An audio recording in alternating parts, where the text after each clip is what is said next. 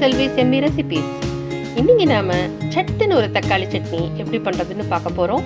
இது இட்லி, தோசை, சப்பாத்திக்கு சும்மா நச்சுன்னு இருக்கும். வீடியோக்குள்ளே போகிறதுக்கு முன்னாடி செல்வி செம்மி ரெசிபீஸ்க்கு சப்ஸ்கிரைப் பண்ணாதவங்க சப்ஸ்கிரைப் பண்ணுங்கள். அப்டேட்ஸ் தெரிஞ்சுக்க மறக்காமல் பெல் பட்டன் ப்ரெஸ் பண்ணுங்கள்.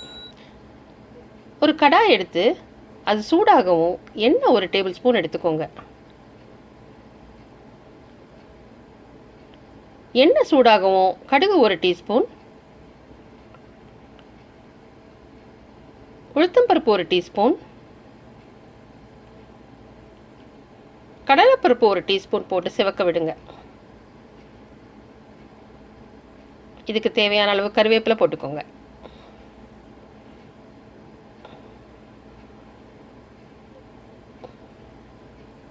இப்போ ஒரு மீடியம் சைஸ் வெங்காயம் சின்னதாக கட் பண்ணி இதோட சேர்த்து கலந்துக்கோங்க.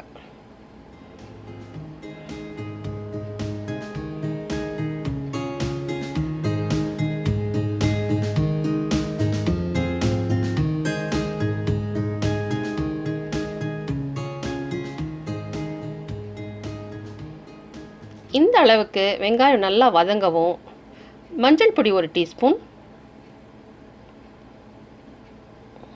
உப்பு ஒரு டேபிள் ஸ்பூன், மிளகாய்த்தூள் 1.5 டேபிள் ஸ்பூன் போட்டு வெங்காயத்தோட இதை நல்லா சேர்த்து வதக்குங்க.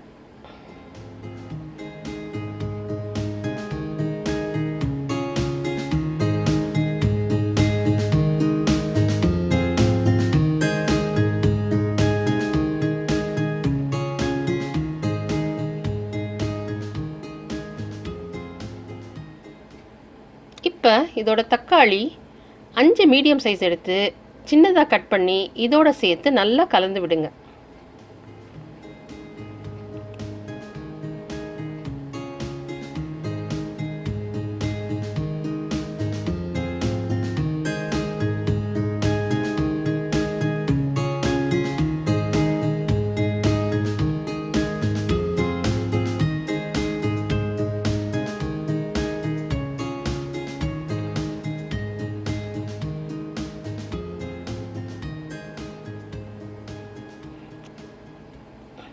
தக்காளி நல்லா வெந்து கொஞ்சம் குழம்பு பதத்துக்கு வரும்.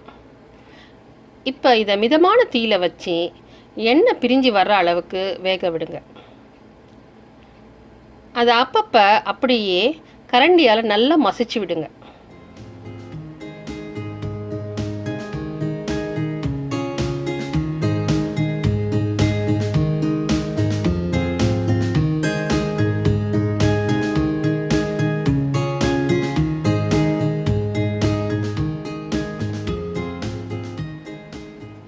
இப்படி தக்காளியோட ஜூஸ் இல்லாமல் எண்ணெய் நல்லா வெளியில் வர்ற அளவுக்கு சுண்ட விடணும்.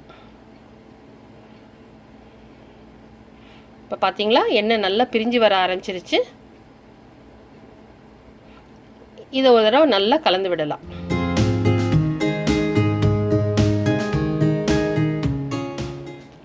சட்னி இந்த பதம் வரவும் ஸ்டவ்வை ஆஃப் பண்ணிடலாம். சுவையான தக்காளி சட்னி இப்போ ரெடி ஆயிடுச்சு. இந்த சட்னி ஃப்ரிட்ஜில் வச்சா ஒரு வாரம் வரைக்கும் கெடாது. ஒரு பிளேட்டில் நல்லா சுட சுட பஞ்சு மாதிரியான இட்லி மேலே நல்லா 2 கரண்டி நெய் விட்டு இந்த தக்காளி சட்னி 2 கரண்டி வச்சு ஒரு விள்ளல் இட்லி எடுத்து அப்படியே சட்னியில் தோச்சி எடுத்து ஒரு வாய் சாப்பிட்டு பாருங்கள். சும்மா நச்சுன்னு இருக்கும். இந்த வீடியோ உங்களுக்கு பிடிச்சிருக்குன்னு நினைக்கிறேன். செல்வி செம்மி ரெசிபீஸ்க்கு சப்ஸ்கிரைப் பண்ணாதவங்க சப்ஸ்கிரைப் பண்ணுங்கள். அப்டேட்ஸ் தெரிஞ்சுக்க மறக்காமல் பெல் பட்டன் ப்ரெஸ் பண்ணுங்கள். தேங்க்யூ.